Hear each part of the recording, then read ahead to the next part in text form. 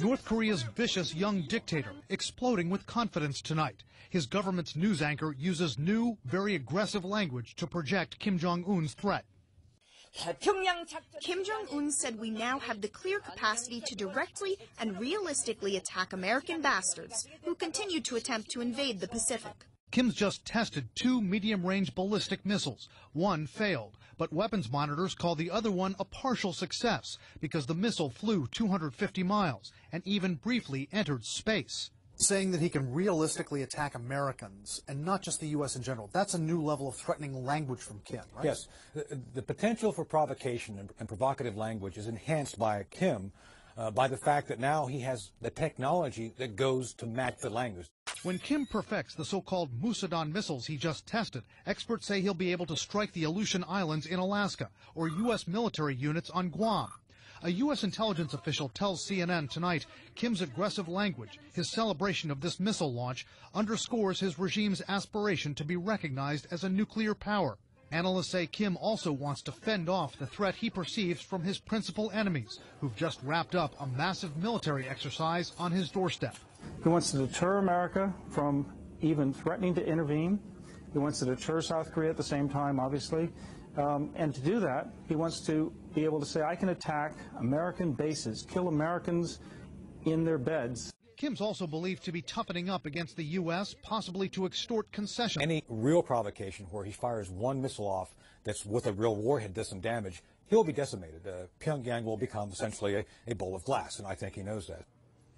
Still, there are tens of thousands of Americans in Kim's line of fire. More than 28,000 American troops are deployed in South Korea. Analysts worry tonight that if Kim tries to provoke South Korea with artillery fire, maybe a commando raid, that a mishap, a miscalculation from Kim's forces could harm those Americans, then we could be in for a dangerous escalation. We are just getting this in. The U.S. officials we are speaking to, Brianna, are telling CNN there was a very serious incident with the Iranian Navy yesterday. Now, this is just one day after that video everyone saw of a different incident. But yesterday, in the northern end of the Arabian Gulf, there was an Iranian fast attack craft that came out into the water and began harassing 2 U.S. Navy ships and a Kuwaiti Navy ship. The Iranians, we are told, were circling the Navy ships. They were coming close. They would not leave. At one point, they came within 200 yards of one of the U.S. Navy patrol craft. The Navy, following standard maritime procedure, tried to call the Iranian ship. They got no answer initially.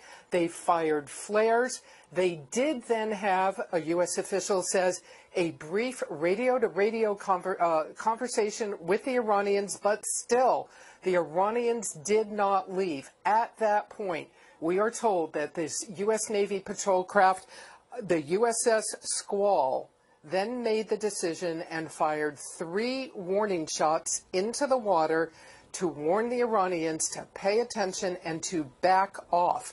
This is standard maritime procedure for the U.S. Navy. It rarely happens. It has happened in the past, but this is standard procedure when a U.S. Navy ship feels threatened and that threat does not back off.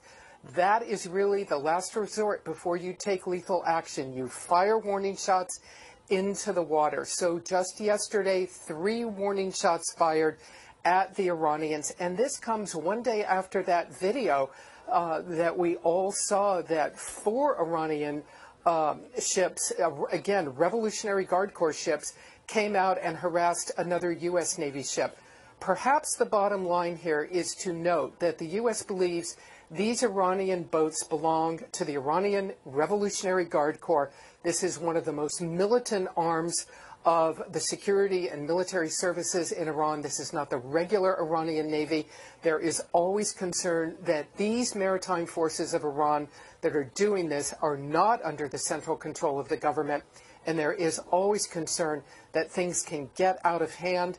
The U.S. Navy yesterday taking the action to fire warning shots at the Iranians and tell them to back off.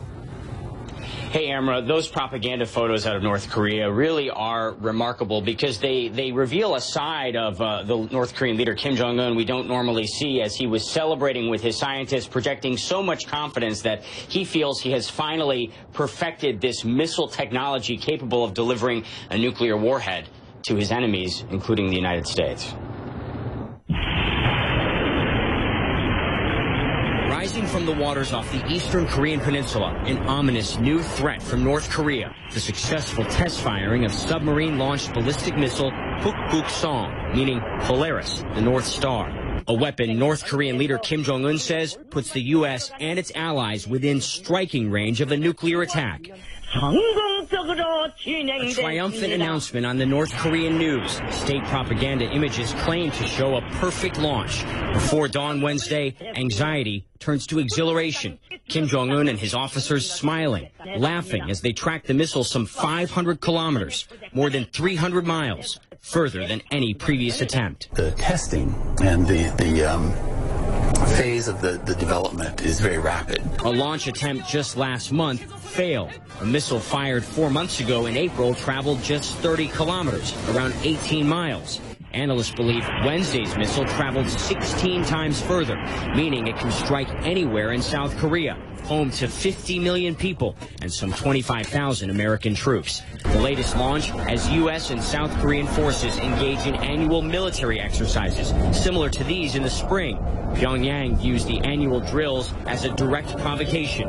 Troy University professor Daniel Pinkston says war games are vital to keep the peace. Looking at North Korea's capabilities, their development programs for weapons of mass destruction and their delivery systems, the shrill rhetoric that comes out of Pyongyang, their objectives are very clear. North Korean weapons development continues at a breakneck pace, despite nearly universal condemnation and unprecedented international sanctions. They will allocate resources from other areas and devote it to the missile and nuclear programs. Kim Jong-un called Wednesday's before dawn launch the greatest success and victory.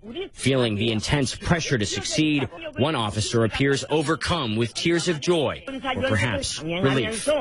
Russia is deploying its ballistic missile and attack submarines in numbers, range, and aggression not seen in 2 decades. In an exclusive interview, the commander of U.S. naval forces in Europe tells CNN the buildup is part of an alarming strategic view. They're very clear that NATO is viewed as an existential threat to Russia. Our military capability, they view in a very visceral way as a threat to Russia. Adding to U.S. concern, Russia is deploying new submarines that are harder for U.S. naval forces to track and detect. Following years and billions of dollars in investment, they are quieter, better armed, and have a greater range of operation. The submarines that we're seeing are much more stealthy. They're acoustically quieter. We're seeing them have more advanced weapon systems, missile systems that can attack land at long ranges. The increased Russian sub-activity is backed by a much broader military expansion. Russia is adding or upgrading some 12 naval bases across the Arctic Circle, expanding its capability to send subs in numbers through the crucial Greenland-Iceland-UK gap into the Atlantic and closer to U.S. and NATO territorial waters. Moscow has also newly stationed 6 submarines in the Black Sea, giving Russia new capability into the Mediterranean. The U.S. believes the new activity is designed to deny NATO, including the U.S., the ability to operate within Russia's so-called near abroad. Increasingly alarmed by Russia's new sub-deployments, the U.S. and its NATO allies are launching new training exercises in anti-sub warfare and deploying new systems, including the P-8 Poseidon. These are sonar buoys dropped into the water to track submarines. The plane can be equipped with torpedoes to destroy those submarines. Russia's growing military activity extends above the surface as well. A Russian fighter jet's flyby of the USS Donald Cook this week, coming within 30 feet laterally and 100 feet vertically, is behavior that U.S. naval commanders have not witnessed since the Cold War. We had issued radio calls in both English and Russian, and the aircraft didn't respond and proceeded on a course directly at the ship. So while we've seen these interactions before, this one was different because of the proximity to the ship, the altitude, and the flight path that it took. These are the big guns of Russia's modern army. The Iskander-M missile system seen launching a cruise missile during a carefully choreographed training exercise in April. And yet this is not NATO's biggest fear. Last year, President Putin announced more than 40 new missiles would be added to Russia's nuclear arsenal, prompting concerns in Washington of a new Cold War.